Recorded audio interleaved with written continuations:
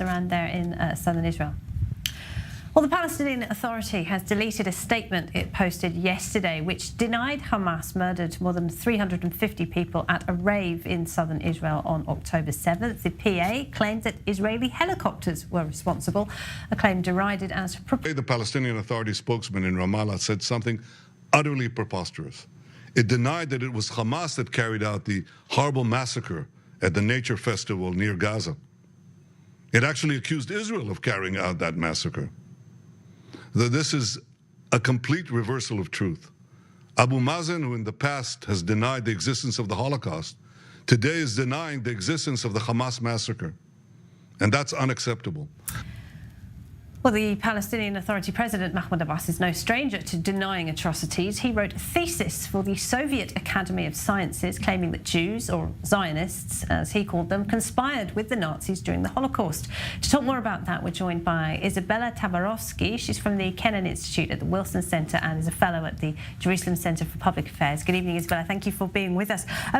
Do you think that Mahmoud Abbas actually believes what he says and what he writes, or is this more about casting enough doubt on what happened, about muddying the waters, so to speak?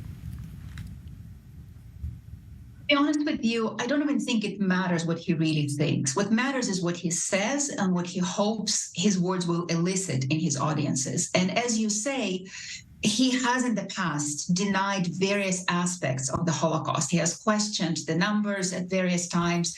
He questioned, he claimed that it was Jews' own fault, that Hitler turned against them. And so it's very much along kind of aligned with some of the things we hear from him before.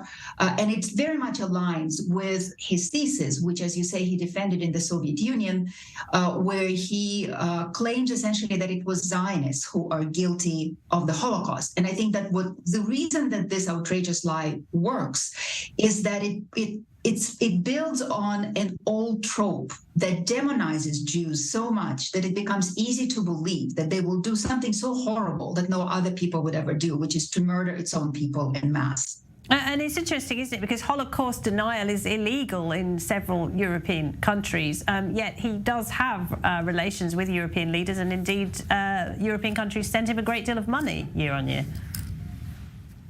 Well, absolutely. And I think that, more recently, actually, right before October 7th, there was another instance in which he said something like this, and European countries this time commented on it. But I think part of the reason that we haven't seen them do it is well, there are all kinds of reasons, but some of it is that he talks about Zionists a lot of times. And, you know, this separation between Jews and Zionists has enabled all kind of anti-Semitic tropes to be brought into public conversation, simply replacing Zionists with Jews, but using the same anti-Semitic tropes. And yet that confuses people, and it gives people a way out to say that this is just a criticism of Zionism, it's just criticism of Israel. Yeah, I want to talk a bit more about that in a moment, but could you tell us a bit more about this thesis that he wrote and how it fits in with the Soviet anti-Western propaganda that persists today, and which does seem to have taken hold among many young people in the West?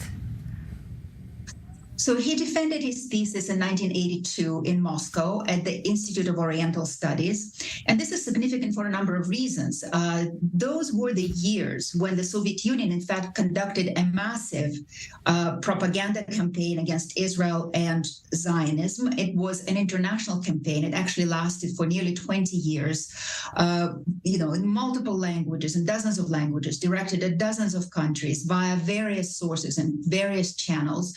And the Institute of Oriental Studies was, in fact, a crucial part of that propaganda. It was part of several academic institutions whose goal it was and whose task it was from the top to legitimize this propaganda, to make it look like it's actually legitimate academic research. It was headed by Evgeny Primakov, who was an Arabist associated with Soviet intelligence his entire career, future prime minister of Russia. So very much, you can see how this propaganda is directed from the top down.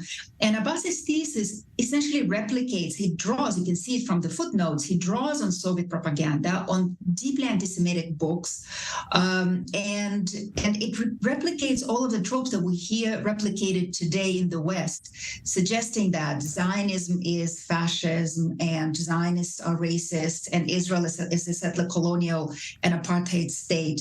So all of the tropes that we hear replicated mostly on the left today, but not only, they all are there in his dissertation. And as you point out, I mean, you can't walk around civilized countries today shouting about how much you hate the Jews. You can talk about how you hate the Zionists, though.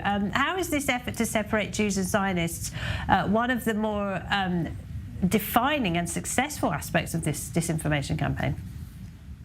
Well, I think it's absolutely crucial because you see what it gives people, as I already mentioned, kind of a way out. They can say, well, I'm not being anti-Semitic, I'm just being anti-Zionist. It's something we hear today all the time, and it's actually something that Moscow used to say all the time during the Cold War, when the West accused it of spreading anti-Semitic propaganda internally and globally, and they would say, well, we're just being anti-Semitic, and Zionists always try to deflect from the criticism of the state of Israel by claiming that this is anti-Semitism. It's precisely what we're hearing today.